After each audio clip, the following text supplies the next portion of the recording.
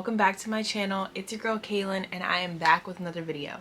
Now, this video was not planned. I am sitting here just doing my quiet time and I haven't been trying to figure out what the video for this week was going to be. God has stepped in and changed my plans, okay? I, as you guys know, am reading Mark. That's what I've been reading throughout this whole couple of weeks now. And I've just been going back over my notes and doing my questions and my Knowing Jesus as Servant Bible recap. And I was back in Mark chapter 5 and the Lord just made some things stand out to me, and I just wanted to share because it's also some things that have been on my heart lately. So this video is going to be about Mark chapter 5. I'm going to start just by reading it and then we'll talk about it. This is in the CSB translation. The title's Demons Driven Out by Jesus. They came to the other side of the sea, to the region of the Gerasenes. As soon as he got out of the boat, a man with an unclean spirit came out of the tombs and met him. He lived in the tombs and no one was able to restrain him anymore, not even with a chain, because he had been bound with shackles and chains, but had torn the chains apart and smashed the shackles. No one was strong enough to subdue him.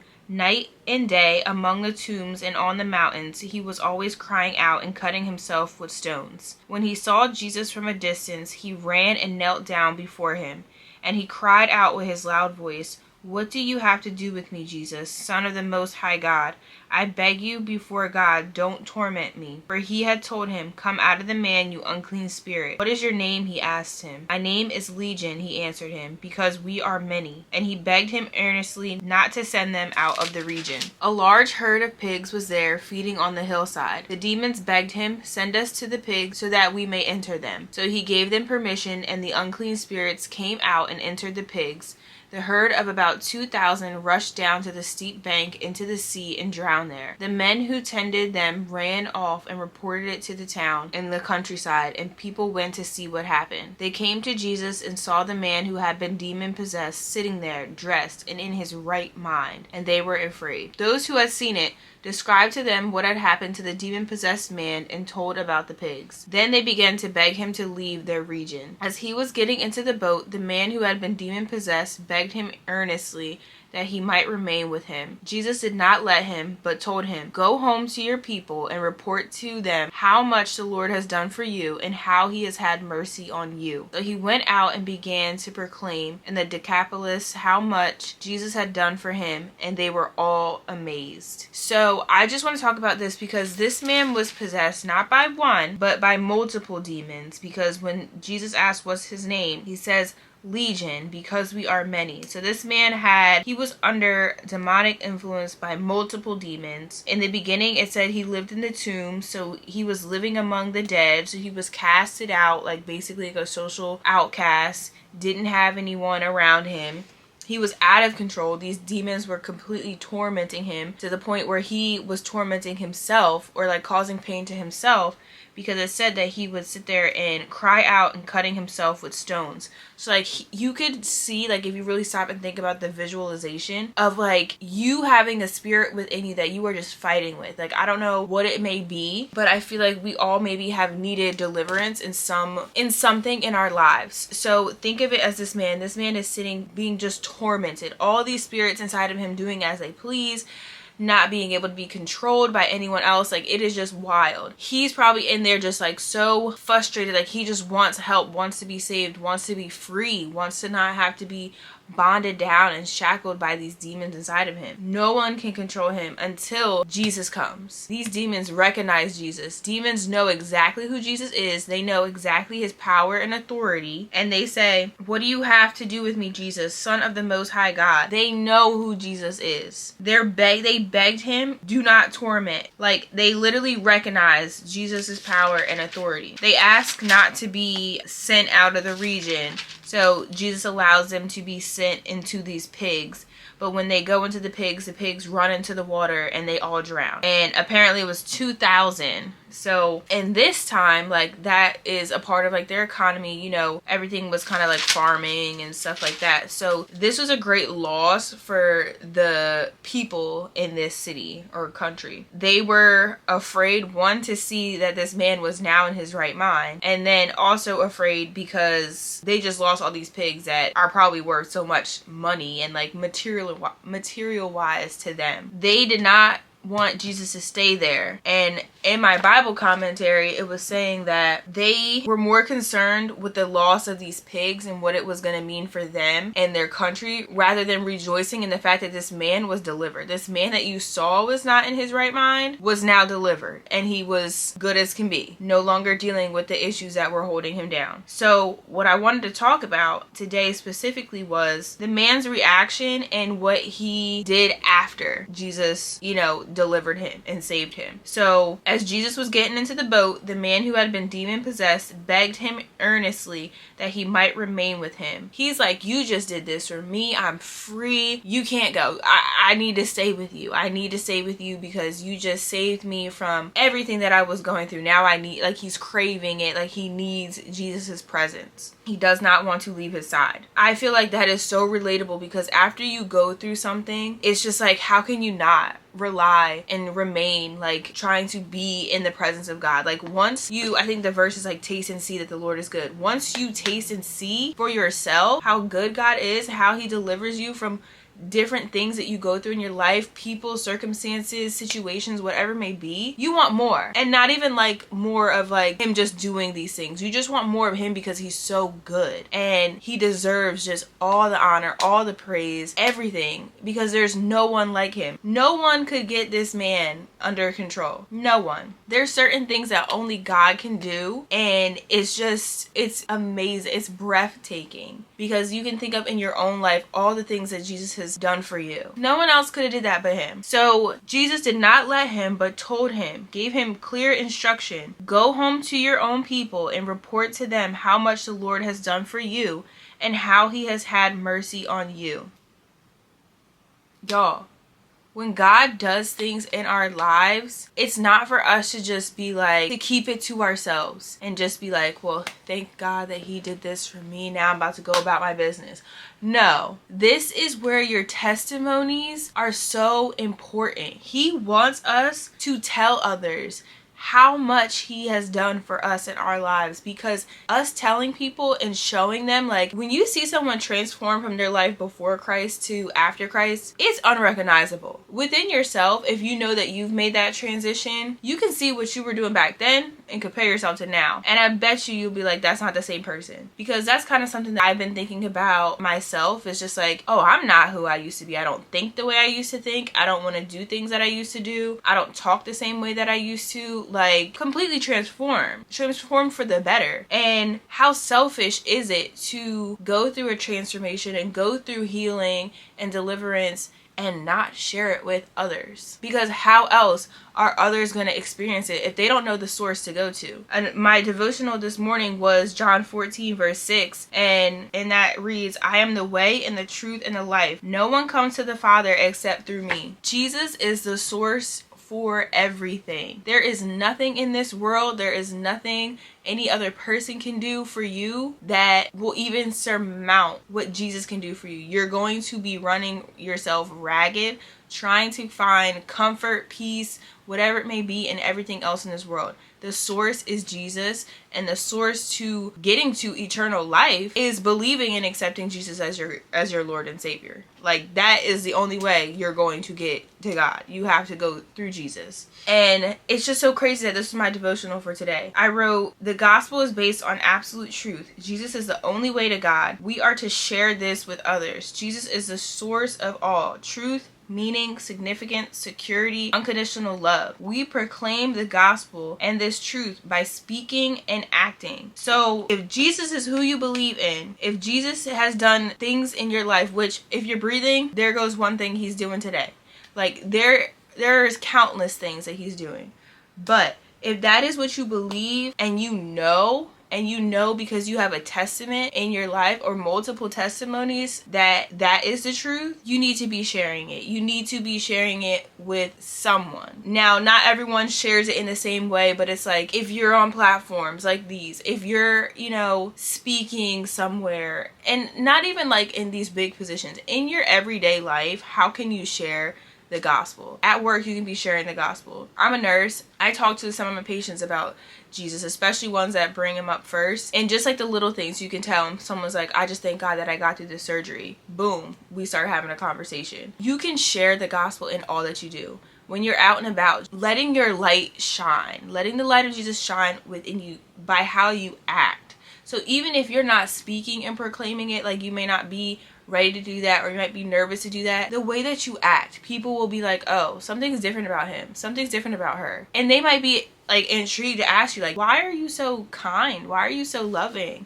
And you can share to them, I'm loving because of all that I've been through, that God has got me through. And once I read this, I was like, Jesus wants us to not hog up what he has done for us and just keep it to ourselves. There is no point in that. Yes, for you to believe and you to continue to have things to look back on, like he's gotten you through that before, so you know he'll get you through whatever you may come across in the future. But our goal is to bring others to him and to spread the gospel. And our testimonies are such a crucial point of this. So if you've been through something, you could be helping someone out right now. Someone is waiting on your story, your voice to hear, to help them in the situation that they are in. And I feel like so heavy in my life, like when it comes to motherhood and like what I went through with my birth story, like it's why I talk about it all the time, because I was down and out, okay? And I felt like there was no one who understood.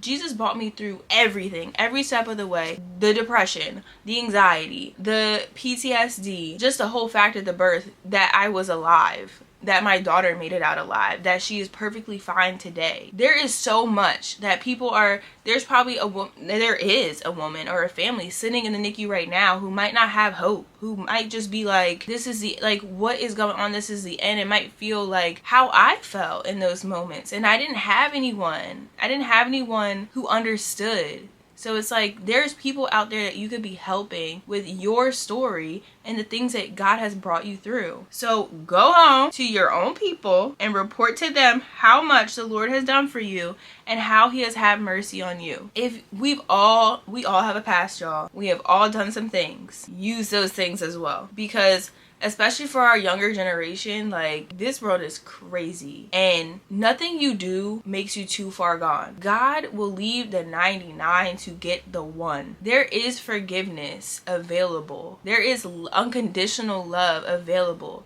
but it's through him. And you first have to believe, and you have to run, and you have to cling to him and build relationship with him. And I just wrote on here, like, give God the glory for what you are now, give God the glory for who you are now, and talk about it. And what really made me want to like do this video is because later it talks about Jairus's daughter and the woman with the issue of blood. And I literally underlined it. Like, I don't think this has ever stood out to me until now. So in Mark chapter 5, verse 25 through 29, I'm going to read this. Now, a woman suffering from bleeding for 12 years had endured much under many doctors. She has spent everything she had and was not helped at all. On the contrary, she became worse. Having heard about Jesus, she came up behind him in the crowd and touched his clothing. For she said, if I just touch his clothes, I'll be made well. Instantly, her flow of blood ceased, and she sensed in her body that she was healed of her affliction. Y'all, like I just said, this woman was suffering for 12 years. Long time. The man was being tortured by these demons for who knows how long. There are people out here who are struggling, who are literally in their suffering, who need help, who need Jesus. And she went every which way, went to all these doctors. They couldn't help her. She probably, like, if you're thinking about today, like, if you're going through something and you're trying to find the solution or the cure everywhere and you just end up with nothing. Going to doctors, like we know today, doctors cost money. All this stuff, all these appointments and stuff cost money. Time, money, all that. She spent everything she had, everything, and was not helped at all. She did all that, and nothing. She became worse, it said. She became worse. She's doing everything that she thinks she needs to do. This doctor should be able to help her. This doctor is probably specialized. Nobody knows what's going on with her. No one can help her. She's getting worse as time goes on. But having heard about Jesus, she came up behind him in the crowd and touched his clothing. For she said, said, if I just touch his clothes, I'll be made well. Y'all, having heard about Jesus, having heard, where'd she hear about him from? Your testimony can and will save the lives of others. Your story can and will save the lives of others, because it should drive them to the source, Jesus, who can heal them. And even if it's not like the healing, like if it's something physical, even if it's not the healing physically, emotionally they're gonna get healed, mentally they're gonna get healed, they're gonna get their mind right, that's for sure. Because once you get into the word and you build your relationship with Jesus, you will understand that peace that surpasses all understanding. Y'all, I'm in here in my quiet time hype right now, because having heard about Jesus, your testimony is powerful. Your story is powerful. It's purposeful. God allows us to go through things for a reason, to grow us, to teach us. One, to teach us to really rely on him. And no, because when I was in the NICU with my daughter, I couldn't tell you what was gonna happen. I couldn't tell you anything. But I knew the only person that will be able to get us through this, be able to get me through this, my daughter through this, my husband and I, like mentally through it, was Jesus. That is it. Because nothing that anyone said made it better. You know, nothing that these doctors, like, they couldn't promise me anything. They couldn't say like everything is gonna be okay. Like, everything was a day-to-day thing. I could not rely on anyone, okay, but Jesus. And I knew that. And that's what everyone needs to know. But in order for people out there who are just struggling and don't know where to turn, don't know who to talk to, don't know how to get up out of the situations that they are in, or think that they can't, that's where your story and your testimony come into play. So I just wanted to make this video to just really stress the importance of you sharing your testimonies with others and really living in a way where your life is a testimony, and we can see that, oh, this person's different, they're carrying something different, and it's your oil. It's the light of Jesus in you. It's the love of Jesus in you. We're made in his image. We're made to reflect him. So when people see you, they should be seeing Christ. And she knew if she just touched his clothes, she'll be made well, because she's heard about this man who's been healing people in a way that probably doesn't make sense to most. Everyone was in awe when Jesus was performing these miracles. So it's like, when Jesus does something for you in your life, talk about it, share it, because there's someone out there who needs to hear it so that they can be saved. And then it should just keep going, because God is doing so much in all of our lives. There's no reason to keep that to ourselves. So instantly after she touched him, her flow of blood ceased, and she sensed in her body that she was healed of her affliction. Jesus looked around and said, "Who touched my clothes?" And at that time, you know, there was a lot of people touching him, and the disciples were like, bruh, everyone was touching you. But no, her touch was different, because her touch was a touch of faith. She knelt down with fear, trembling, knowing what had happened to her, came and fell down before him and told him the whole truth. And he said to her, "Daughter, your faith has saved you. Go in peace and be healed from your affliction." And I love this story. I did a video on this a while back, so you guys can go listen to that as well if you want to be like, hear some more about the woman with the issue of blood. But she was healed because she heard about Jesus. So just think about who can be healed when they hear about Jesus through what he did for you, what he did in your life. And ultimately, Jesus died for us all. That's enough to be like, let me go find out some more. Let me go, you know, develop a relationship. The fact that we're here and living and breathing and blessed with the things that we do have, that's enough. But there's someone out there who needs to hear your story, your testimony. So don't be afraid to share it, and just, you never know. Someone's healing is connected to your testimony and your story. So that's all that I wanted to share with you guys today. My quiet time was just everything, okay? Everything. This was really, really good. And I was like, let me turn this camera on, because y'all, Mark has been blessing me.